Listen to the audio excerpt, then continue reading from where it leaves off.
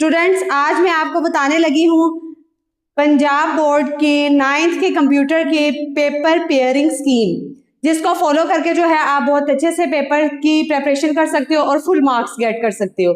इससे क्या होता है कि आपका सिलेबस थोड़ा सा आपके लिए समराइज हो जाता है और आपको प्रिपरेशन करने में बहुत ज़्यादा आसानी होती है और बहुत आसानी से आप जो है पेपर अपना प्रिपेयर कर सकते हो और फुल मार्क्स गेट कर सकते हो।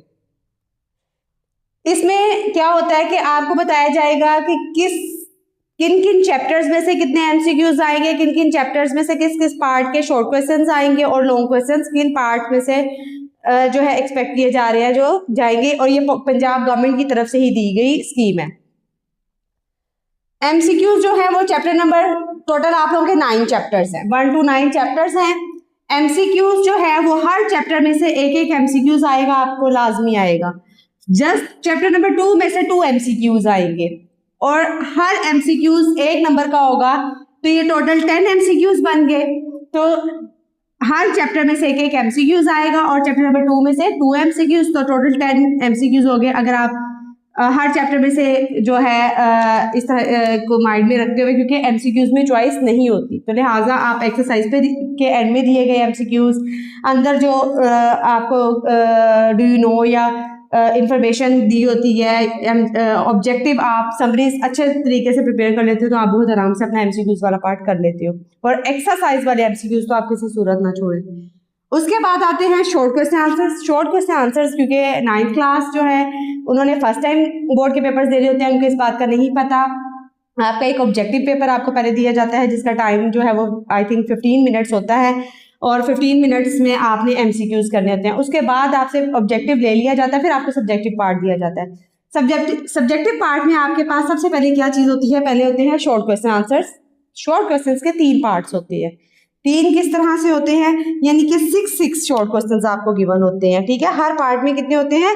6 6 6 6, और इन 6 में से आउट ऑफ 6 आपने कितने अटेम्प्ट करने होते हैं? 4, यानी 2 एमसीक्यूज की आपको चॉइस होती है।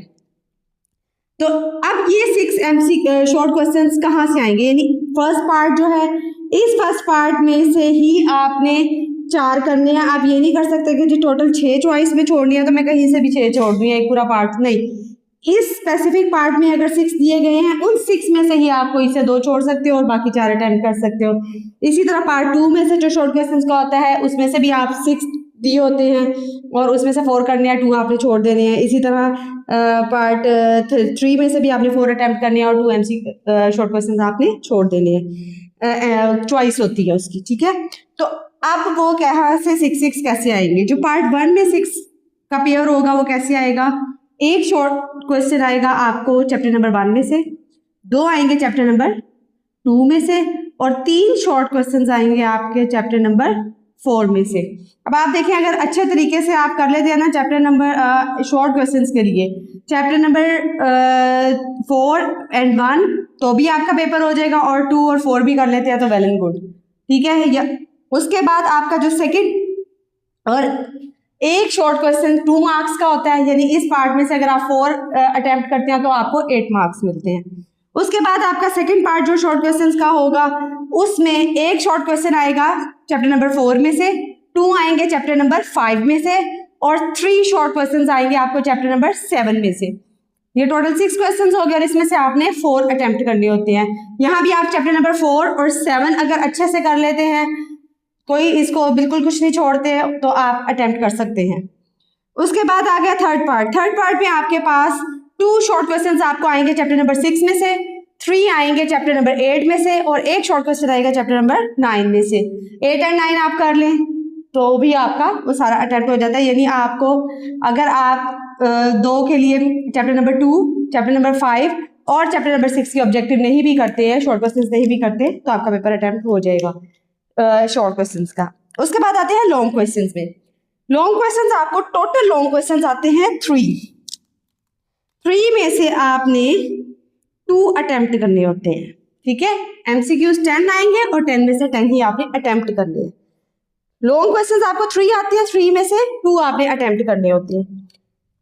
अच्छा जी, अब वो 3 कहाँ से आएंगे? एक long question, first long question जो है लाजमी चैप्टर नंबर 1 में से, यानी कि चैप्टर नंबर 1 इतना इंपॉर्टेंट है, आप चैप्टर नंबर 1 में से कुछ ना छोड़ें, बहुत अच्छे से इसको प्रिपेयर कर लें, तो आपका एक लॉन्ग क्वेश्चन अटेम्प्ट हो जाएगा, जो कि 8 मार्क्स का होता है। एक लॉन्ग क्वेश्चन 8 मार्क्स का होता है। एक लॉन्ग क्वेश्चन आना है चैप्टर नंबर 3 में से। अगर आप चैप्टर नंबर 1 और 3 कर लेते हैं तो आप समझे, बाकी सारे चैप्टर्स का अगर आप सब्जेक्टिव प्रिपेयर नहीं कर रहे, यानी कि लॉन्ग क्वेश्चंस के लिए आप उसको प्रिपेयर नहीं कर रहे, 1 और 3 आप बहुत बहुत अच्छे से कर लें, तो आपके 2 लॉन्ग क्वेश्चंस अटेम्प्ट हो जाएंगे। उसके बाद आता है क्वेश्चन नंबर 3, जो है वो आएगा, या तो आएगा चैप्टर नंबर 6 से, या आएगा चैप्टर नंबर 9 से। 6 और 9 में से, इन दोनों में से किसी एक में से आएगा। अगर आप बिल्कुल उसमें ना रहना चाहें, आप चैप्टर नंबर 1 के सब्जेक्टिव करें, 3 का करें, उसके अलावा चैप्टर नंबर 6 का करें और 9 का करें। चैप्टर नंबर 1, 3, 6 एंड 9 इनका कोई लॉन्ग क्वेश्चन मत छोड़े, ठीक है। देखिए आपको कितना ज्यादा सिलेबस समराइज हो गया। आपको लॉन्ग क्वेश्चंस जो हैं 9 चैप्टर्स में से जस्ट 4 चैप्टर्स पे अगर आप फोकस कर लेते हैं लॉन्ग क्वेश्चंस के लिए, तो कितना आसान हो जाता है आपके लिए फुल मार्क्स लेना। तो आप इनको अच्छे तरीके से प्रिपेयर करें, तो आपका जो है वो सब्जेक्टिव पार्ट यानी लॉन्ग क्वेश्चंस वाला पार्ट भी अटेम्प्ट हो जाएगा। ये थी आपकी 9th की pairing scheme. I hope so कि आपको ये समझ आ गई होगी। आप इसको फॉलो करें और इसको डे फर्स्ट से ही फॉलो करेंगे तो आपको बहुत अच्छा रिजल्ट जो है वो आप दे सकेंगे बोर्ड में।